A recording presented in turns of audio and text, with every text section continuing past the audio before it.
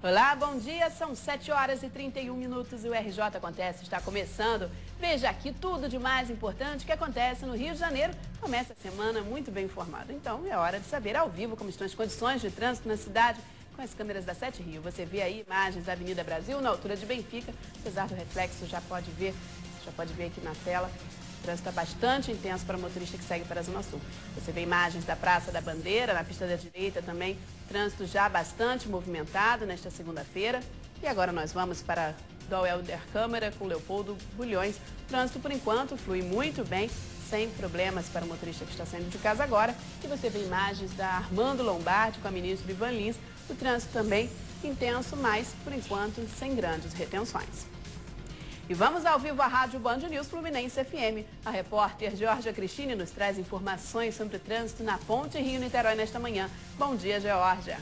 Bom dia, Camila. Os motoristas encontram trânsito muito lento na rodovia Niterói-Manilha em direção à ponte. O congestionamento começa na altura do quilômetro 314, no bairro Boa Vista, se estendendo pela Avenida do Contorno e pelos acessos à ponte. O trânsito também está lento no Fonseca, na Alameda São Boaventura, para quem segue em direção ao Rio. O panorama é o mesmo para quem sai da região oceânica de Niterói e trafega pelas avenidas Roberto Silveira, Marquês do Paraná e Jansen de Melo. Na ponte Rio-Niterói, o trânsito é intenso no sentido Rio, com lentidão nos acessos até a subida do vão central. O tempo de travessia está em torno de 19 minutos, de acordo com a concessionária que administra a via. Em direção a Niterói, o tráfego está normal. Camila. Obrigada pelas informações, Georgia. O metrô funciona normalmente. Trens e barcas também estão sem alterações. Então vamos ver como está a situação nos aeroportos. O Internacional Tom Jobim na Ilha do Governador, o Santos Dumont no centro e o de Congonhas na zona sul de São Paulo operam normalmente. Uma mulher grávida foi baleada ontem à noite em Inhaúma, na Zona Norte. Ela acusa a polícia de ter efetuado os disparos. No hospital, a revolta do namorado da vítima. Grávida de 8 meses, a auxiliar de enfermagem Sandra Elias da Silva Pires, de 44 anos, passava pela Avenida Martin Luther King Jr. com o namorado quando foi atingida.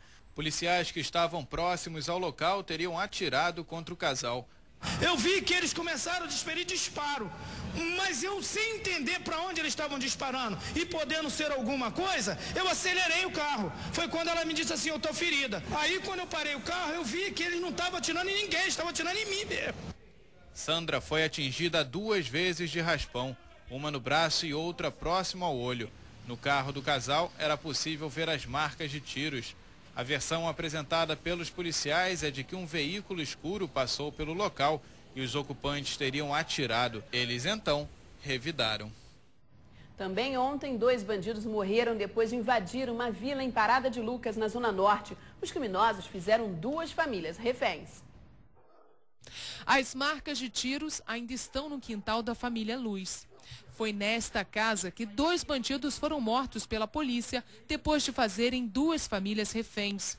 O crime começou por volta das 6 horas da manhã deste domingo, quando policiais do Batalhão de Polícia Rodoviária desconfiaram de um Audi A3 que teria sido roubado e saía da favela Kelsons, às margens da Avenida Brasil. Houve perseguição e troca de tiros. Os bandidos ainda tentaram seguir pela contramão da via, mas perderam a direção do veículo e bateram na mureta. Eles ainda conseguiram fugir a pé e entraram nesta vila de casas.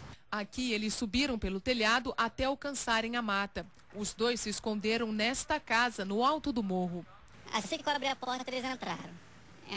Mandaram a gente sentar, eu, meu pai e minha mãe, que estava acordado naquele momento, sentar no chão, ficar quieto e não deixava a gente fazer nada, nem levantar para pegar um copo d'água, não deixava fazer nada. Quando acharam que a polícia tinha ido embora, eles decidiram sair da casa. Daqui a pouco minha mãe me acorda, pô, tem 2 bandidos aqui dentro de casa, armados. Aí eu falei, pô mãe, vamos manter a calma. Até agora eles não estão fazendo nada demais com a gente, só mandou a gente ficar em silêncio, entendeu? E fechar as portas. As marcas de pés no muro mostram que mais uma vez eles tentaram fugir, mas foram baleados por policiais militares e morreram a caminho do hospital. O sangue no chão do quintal já foi lavado, mas na memória da família, para sempre ficará a história de violência numa manhã de domingo. Difícil, a gente deveria acontecer com os outros. A gente não sente não, mas quando acontece na nossa pele a gente sente. Quando é dentro da tua casa é diferente. Caso Bruno, o advogado do jogador vai entrar hoje com pedido de habeas corpus em Minas Gerais, alegando que a polícia ainda não tem provas técnicas do envolvimento do jogador. No fim de semana, a Justiça do Rio negou a transferência para Minas Gerais do menor que denunciou detalhes do desaparecimento da ex-amante do goleiro. O jovem de 17 anos permanece internado no Instituto para Menores Infratores, na Ilha do Governador. De acordo com o Estatuto da Criança e do Adolescente, o menor deve ficar próximo aos pais, portanto, aqui no Rio de Janeiro. A Polícia de Minas vai ter que vir até aqui para colher um novo depoimento. Depois do último dia 6, quando o menor foi apreendido na casa do goleiro Bruno e prestou depoimento no Rio, a Polícia Mineira tenta a transferência do jovem para uma possível acariação com os outros suspeitos do crime. O tio do menor foi quem denunciou que o jovem teria participado do sequestro de Elisa Samúdio.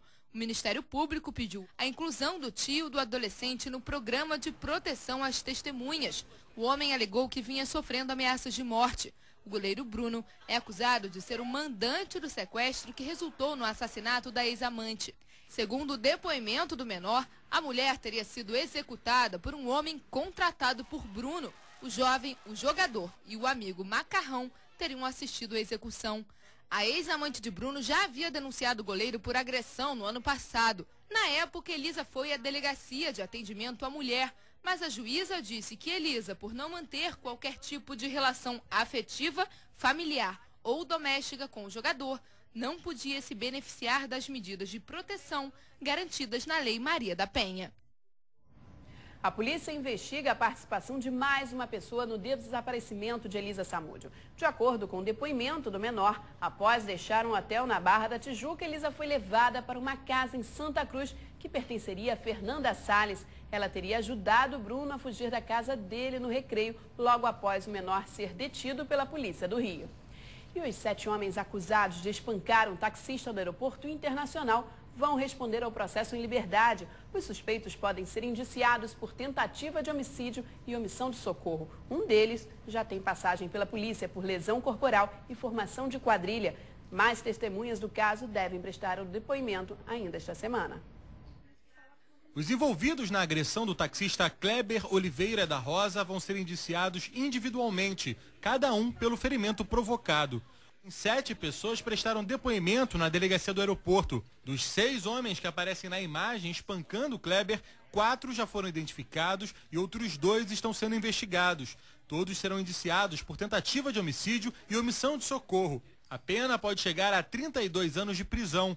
O taxista que teria iniciado a briga, José Cosmo Neves de Freitas, tem 4 passagens pela polícia. São 3 casos de agressão e um de formação de quadrilha. A vítima foi atacada depois de deixar um passageiro no aeroporto e ser abordada por um casal que queria ir para a Barra da Tijuca, na zona oeste da cidade. Taxistas que trabalham no local desaprovaram a atitude do motorista, que ainda teria cobrado um valor abaixo da tabela dos grupos que atuam no aeroporto. As imagens das câmeras de segurança da área de embarque e desembarque do Terminal 2 mostram toda a agressão ao taxista.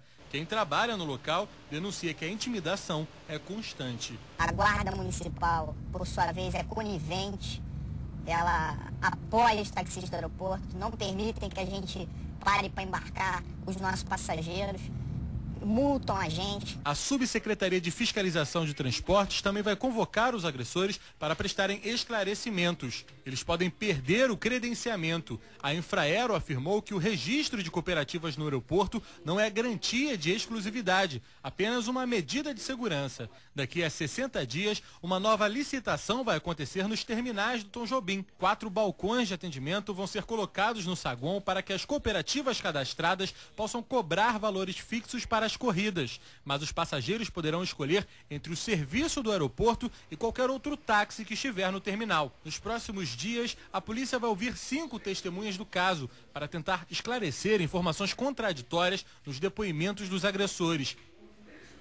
O taxista agredido segue internado no Hospital Miguel Couto, na Gávea, na zona sul do Rio. O estado de saúde dele é estável, mas ainda não tem previsão de alta.